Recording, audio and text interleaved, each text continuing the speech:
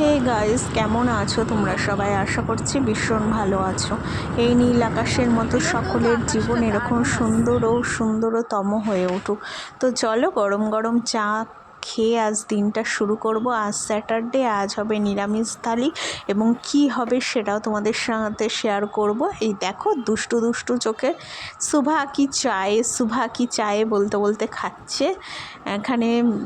তো চা খেয়ে এবার বাড়ি যাব। বাড়ি গিয়ে কি করব সেটাই ভাবছি আমি বসে বসে, যে আজকে কী করব। শনিবার এমন একটা বার যে কী মেনু হয় সেটা ডিসাইডই করতে পারা যায় না, খুব সমস্যার ব্যাপার।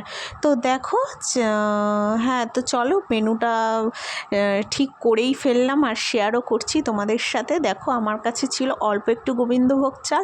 এবার আমি কি করব, পোলাও বানাবো। ওই গোবিন্দভোগ চালের মধ্যেও একটু নর্মাল চাল দিয়ে করে ফেললাম পোলাও মতো, এবং বাচ্চাটা কিন্তু ভীষণ ভালো খেয়েছে।